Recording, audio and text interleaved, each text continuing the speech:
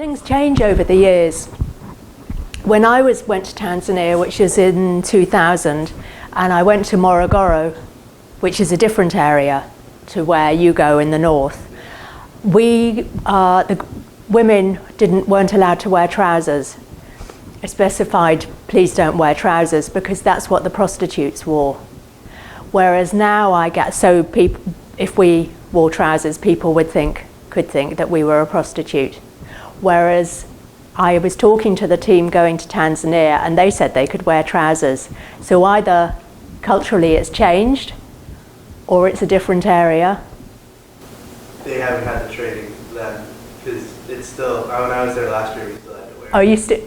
Yeah, they just haven't told that. The girls still couldn't wear trousers. Oh yeah, I know. Oh, okay, so it still stands. And the guys, it was suggested not to wear shorts, because that's what little boys wear. Yeah. Which is so interesting. Yeah. So when you know why there's a reason for something, it can really help. But when you're just told blanketly, don't do this, it's actually really hard to get our heads around. So it's always really good to know why there's a reason for something.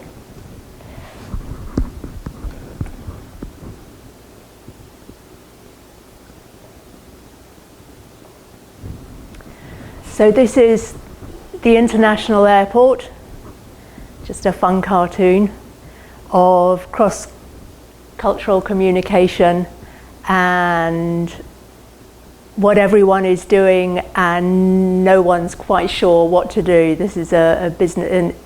In business areas, people have been really offended by culturally. You've probably seen it on the news sometimes when a leader goes to a foreign country and they haven't been told culturally how to behave, and they do something or say something which is terribly offensive, and it's a bit unfortunate. So the Japanese is expecting him to take his card, but the probably American, because that's where the website I got it from, has no idea that he needs to take his card, and thinks he should be shaking hands. And this thing with personal space, some people can encroach right on you, and it can feel a bit invasive. And others, like the Swedes, will be meters away. In fact, there was a cartoon going around that when COVID hit, and the Swedish people were said, you must keep a 2 meters distance. It was like, so close, we're used to 5.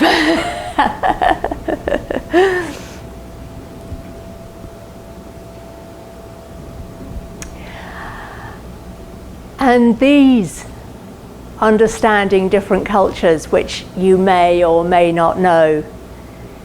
If you're Chinese, it's impolite to open gifts when received, whereas often in American culture, you might open the gift, I'm guessing. And you remove your shoes before entering someone's home. Sometimes people might ask if you have a nice carpet, but generally you might just walk straight in. In Malaysia, we always took our shoes off at the door. We'd never walk into a classroom with our shoes on. And if you're invited to someone's home, you should always bring a gift to the hostess. Would that be the case here, or would it be flexible? I feel like that's something I learned was appropriate.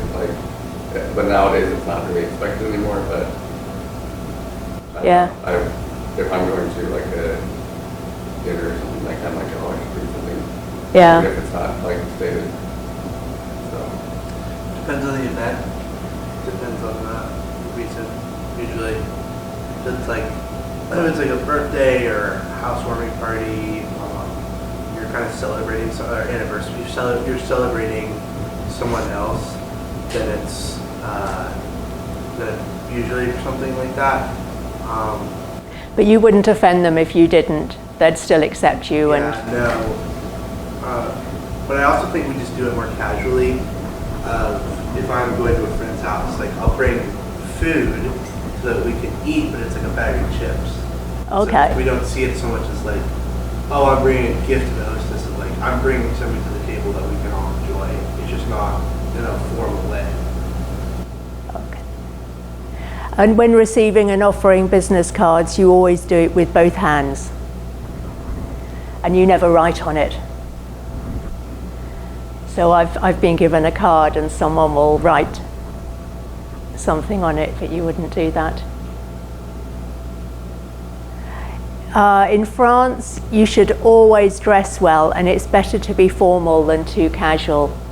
They are very overdressed in France compared to England. We're only across the sea, but you'll see the French people really dress elegantly often. And do not give anything with the number 13, apparently. It's bad luck to French people. We kind of have that in England, but it's not the same. Would you, is 13? In hotels often, they don't have a number 13. And we do that here. Hotels are 13. Yeah. And it's okay to open gifts when received. And a handshake is a common way of greeting, but friends may greet by kissing on both cheeks. And it's actually commonplace. If I was introduced to someone, to a French person, I'd probably kiss them on both cheeks, even if I didn't know them, if they were friends of someone's. Would you do that here, or is it generally no? In some cultures, in some cultures you kiss someone on the mouth. Depends on the subculture. Yeah. If it's a strictly like Italian subculture, they might do a lot more of the kissing on the cheek than. But yeah, it really depends on the subculture. As a culture as a whole, no, but no kissing, right? I would say yeah. That's not I've never that heard really. That's Horror. I was thinking Not about that. It's just like you wouldn't do that, you know. If you just walked up, if I walked up to Marty and kissed him on the cheeks, what the heck? you gotta pull a Will Smith on you. If you went to France, it would be commonplace. If you were sitting in a cafe, everyone would greet each other, men, women, with kissing each other on the cheek. And whether it's 2, 3, or 4 is another cultural thing. It might be one on one side, one on the other side. It might be 1, 2, 3. It might be 1, 2, 3, 4.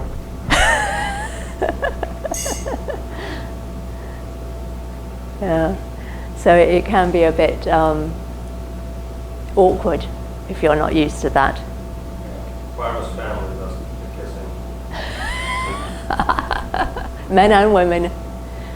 No, but it's more like it would be appropriate if it's not the same gender, or women, but the men. I have not seen the men doing it to the men.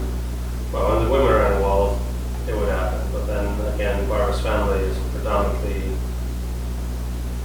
women-ruled kind of thing. The women are in charge, the matriarchs. Italian. Mm-hmm. Yeah. Great. Yeah, and that's another culture altogether. Yeah. Yeah. And in Korean, we have a lot of Koreans on our campus at the King's Lodge.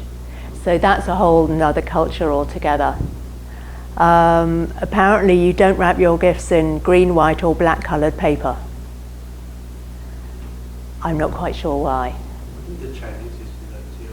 They might not do it anymore, but Okay, I must think about why. And you should never sign or write anything in red ink. And we used to have that in England. You wouldn't normally write in red ink. I'm not sure if it's so. Certainly legal things or official things.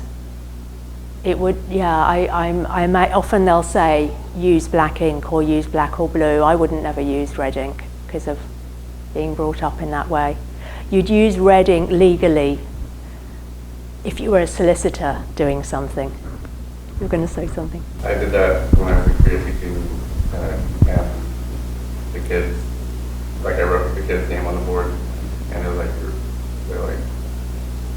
one of the kids swimming off here, he was like, means they're gonna die or something like that. Oh, And I was like, gosh. Yes, because you were in Korea for a while, so you know all this. But I would have never used Ready. Yeah. And there's really a hierarchical system in the Korean culture. So, Yeah, when you talk about the hierarchical system, I talked to a guy that works at a wild base there, and he's a younger guy but a leader.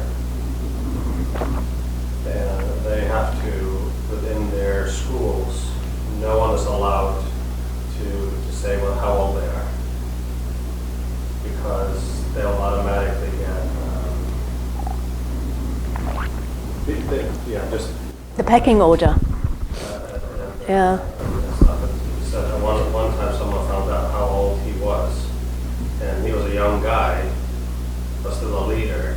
And when they found out that he was 5-10 years younger than one of the students, he just anything and everything he said, there was just nothing. It was just like talking to ear. There was no respect. There was no nothing, even though he was the leader, because he was so young compared to today. So just interesting. Yeah. Yeah. So when eating, the eldest or the senior person should eat first. And when meeting someone, the person of lower status should bow to the person of higher status first.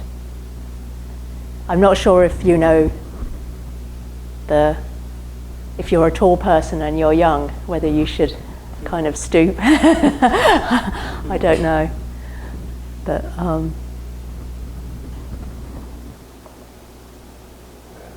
is this the book? Yeah.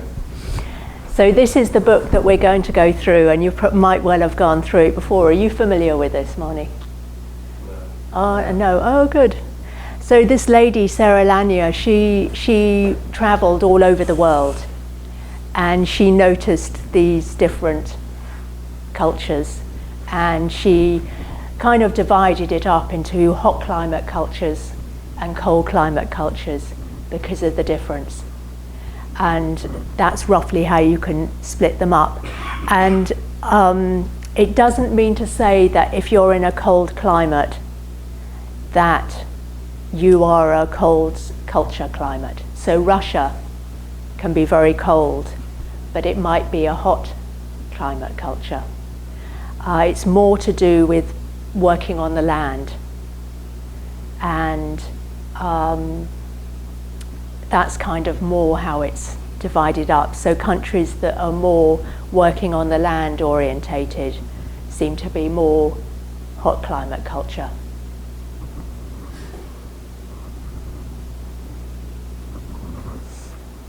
And then the people who are working in structures of time, like America, New York, would be more of a cold climate culture. Seattle, would that be? Yeah. And so people have different values, different customs, and they behave in a certain way, and if we don't behave in that way, then we can appear rude and aloof and just misunderstand one another. So we're going to go through some cold climate culture versus some hot climate culture, and we'll just look at them. And these, although these are kind of general for the community, but individuals might be different, and that depends on their upbringing, as well as just family, where they've travelled, things like that.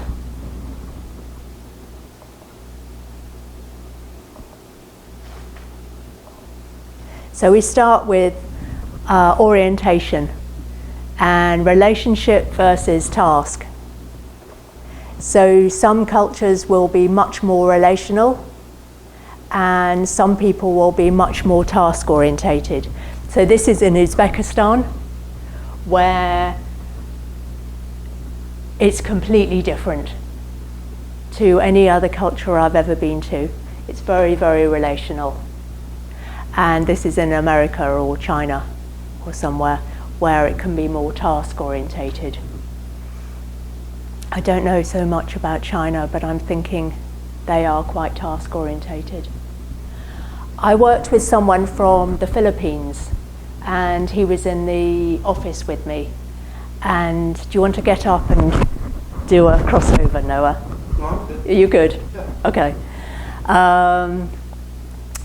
And he was from a hot climate culture. And so I'd come into work and I'd be sitting at my desk and I'd be working on away. And when I want to work on my online stuff and I'm editing, I kind of want to be focused in it. I don't want to keep being interrupted because then I have to kind of get back into the zone.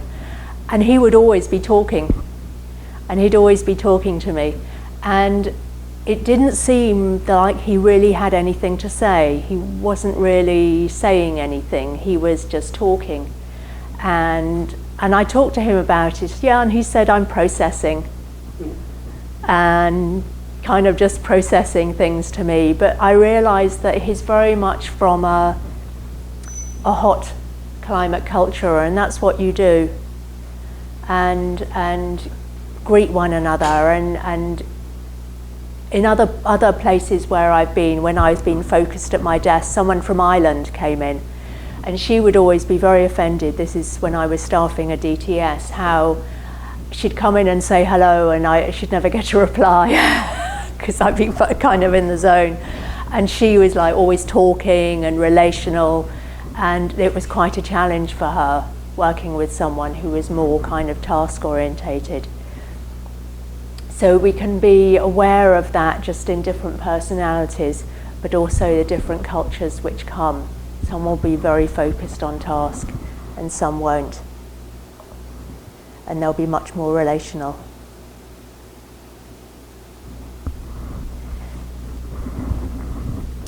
Anna, who I talked to, who's from Miami, Anna, who works in hospitality, she seemed to think that Miami was far more hot climate culture than here.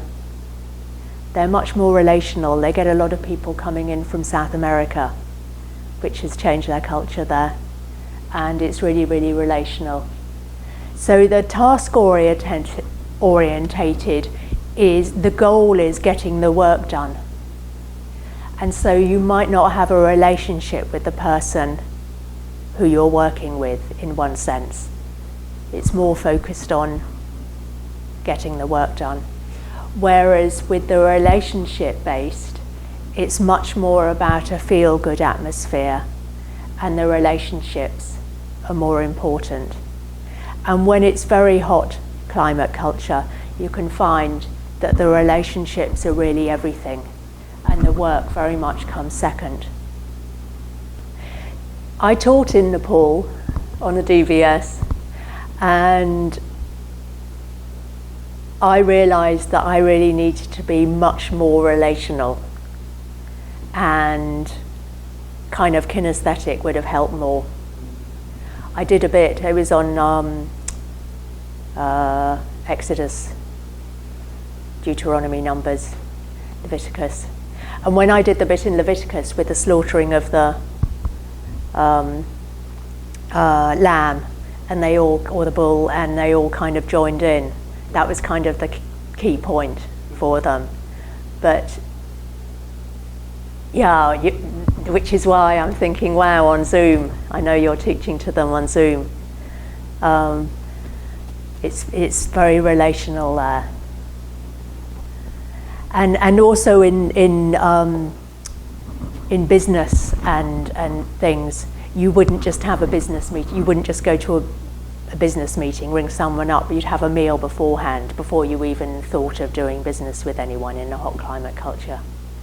When I was in Uzbekistan, we were guests, as it was on my DTS. We were guests, and they had to do a 3-day meal for us when we arrived. We weren't allowed to do anything. So there had to be this 3 days where they would have a meal, they would invite all the neighbours and celebrate us, and we weren't allowed to be seen to be doing any kind of work or anything for them. And it's quite that this is their kind of act of hospitality as well, but it shows their kind of a relational. We went to the head of a TV station, and he served us tea, which is like unheard of in the US. If you visited a country, you'd never be invited to the head of a TV station, let alone them serve you tea and cakes and put you on television.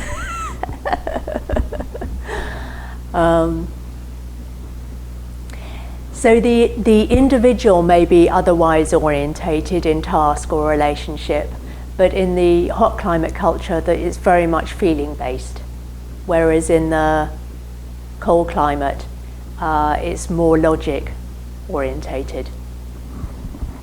And time is of a great priority in the cold climate culture. Years ago, when I was before mobile phones, I remember we'd meet people in restaurants, and you were always just waiting for people because you didn't know whether they were caught up in traffic. You wouldn't be ringing anyone. And I remember waiting for someone kind of an hour and a half, just sitting waiting in a restaurant, which isn't normal in Europe generally. But this guy he had an Indian background, and he was always late, and I think culturally he'd probably been brought up more hot climate culture. And so I just sat in a restaurant for 1.5 hours waiting for him to turn up. Over time, I actually changed and decided to leave after a certain amount of time and just forget about it. But yeah, it's interesting. So according to Myers-Briggs, have you heard of Myers-Briggs? It's a kind of, yeah. People are more feeling types of people. Hot climate are more feeling, cold climate are more thinkers, based on how they make decisions. And so the hot climate person is more relational. He or she does the job, and the people are more important than getting the task done. Whereas the cold climate, it's more on the task, and they can neglect someone's feelings in order to focus on the task and getting it finished. And there isn't a right or wrong. It's just adapting to the different cultures. So where do you think you are?